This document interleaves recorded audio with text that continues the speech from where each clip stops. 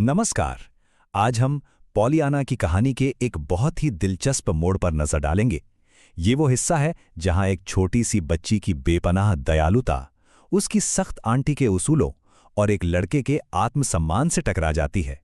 और ये कहानी एक बड़ा सवाल खड़ा करती है कि क्या सिर्फ अच्छा इरादा होना ही काफी है। तो कहानी की शुरुआत होती है एक बहुत ही मामूली सी आदत से, लेकिन देखते ही देखते बात इतनी बढ़ जाती है कि अच्छाई की सारी हदें परखी जाती हैं। चलिए देखते हैं कि आखिर ये सब शुरू कैसे हुआ। बात है अगस्त के महीने की। पोलियाना एक नई, थोड़ी अजीब सी आदत बना लेती है। अपने आसपास जो भी जरूरतमंद मिलता है उसे इकट्ठा करने लगती है। पर वो सिर्फ मदद ही नहीं कर रही है, असल में अनजाने में ही सही, वो एक बहुत बड़े टकराव की जमीन तैयार कर रही है। तो सबसे पहले उसे मिलता है एक छोटा सा बेचारा बीमार बिल्ली का बच्चा। अब जब उसे उसका कोई मालिक नहीं मिलता तो उसके लिए तो हल बिल्कुल सीधा सा है, उसे घर ले आओ। उसके मन में कोई शक नहीं, जरा सी भी हिचकिचाहट नहीं। और यहां पॉलियाना का कॉन्फिडेंस तो देखिए। वो तो ये मानकर चल रही है कि उसकी आंटी भी उतनी ही खुश होंगी। वो ये नहीं कह रही कि प्लीज इसे रख लो, बल्कि वो इसे ऐसे पेश करती है जैसे ये तो दोनों की खुशी की बात हो, मानो दयालुता ही दुनिया की एकमात्र भाषा हो। और कहानी यहीं खत्म नहीं होती। कुछ ही दिन बाद एक और भी गंदा कुत्ता घर में टपक पड़ता है और बेचारी मिस पॉली एक बार फिर अपनी भतीजी के जबरदस्त अच्छाई के आगे बिल्कुल लाचार महसूस करती हैं। वो मना करना चाहती तो है, पर पॉलियाना की मासूमियत के सामने कुछ कह ही नहीं पाती। लेकिन ये सिलसिला अपने पीक पर तब पहुंचता है जब पॉलियाना घर कोई जानवर नहीं बल्कि एक इंसान को ले आती है, एक लड़के को। और बस यहीं से कहानी में आता है एक जबरदस्त ट्विस्ट। तो होता यूं है कि एक दिन पॉलियाना कहीं से लौट रही थी और उसकी नजर सड़क किनारे बैठे एक लड़के पर पड़ती है, बिल्कुल अकेला, उदास सा। वो खुद को रोक नहीं पाती और उसकी तरफ खिंची चली जाती है। थोड़ी कुरेदने के बाद वो लड़का अपनी कहानी बताता है। उसका नाम है जिमी। वो एक अनाथालय से भाग आया है क्योंकि उसे अब उस भीड़-भाड़ में नहीं रहना। उसे तो बस एक एक असली घर चाहिए जहां कोई उसे अपना समझे, अपना कहे। और यहीं पर हमें दो बिल्कुल अलग दुनियाएं टकराती हुई दिखती हैं। पॉलियाना के लिए अरे वाह, एक नया दोस्त मिल गया। लेकिन जिमी के लिए, उसके लिए जिंदगी की सबसे बड़ी जरूरत है एक घर, एक परिवार। पॉलियाना की मासूमियत और जिमी की कड़वी सच्चाई आमने सामने हैं।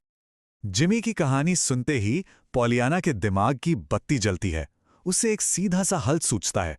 वो फौरन जिमी की हालत को अपनी और उन जानवरों की हालत से जोड़ लेती है जिन्हें वो घर लाई थी। उसके भोले से मन में तो हर जरूरतमंद एक बराबर है, चाहे इंसान हो या जानवर। सबको प्यार और एक घर ही तो चाहिए, है ना?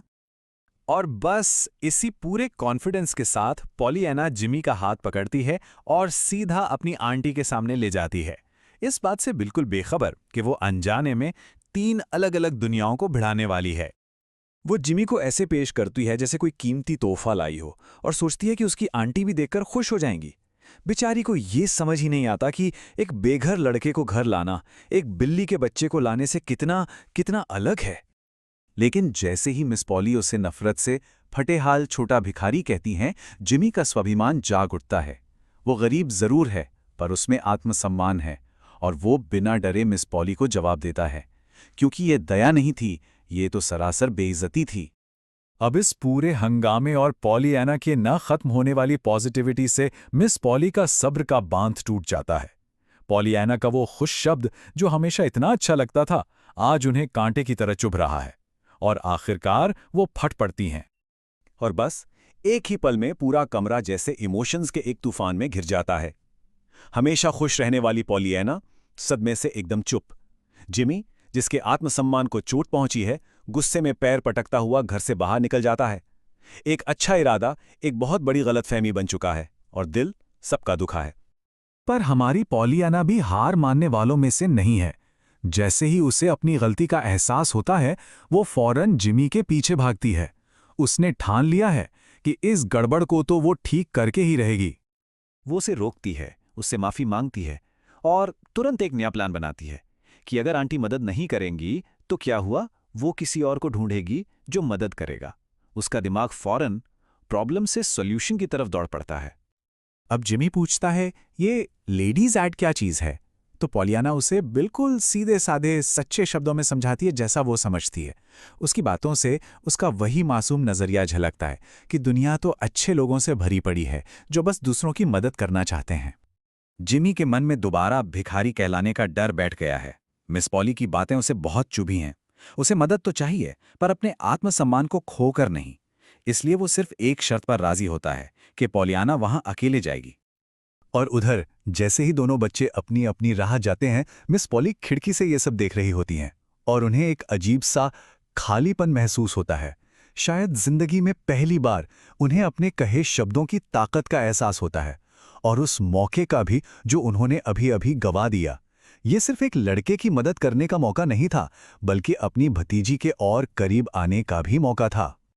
तो आखिर में ये कहानी हमारे सामने एक बहुत बड़ा सवाल छोड़ जाती है। सच्ची दयालुता आखिर है क्या? क्या सिर्फ इरादा अच्छा होना काफ़ी है, या ये समझना भी ज़रूरी है कि हमारे काम का दूसरों पर क्या असर पड़ेगा? पॉलियाना का दिल बेशक सोने का है, पर यह कहानी हमें सिखाती है कि हमदर्दी और समझ के बिना अच्छे से अच्छी नीयत भी गलत साबित हो सकती है।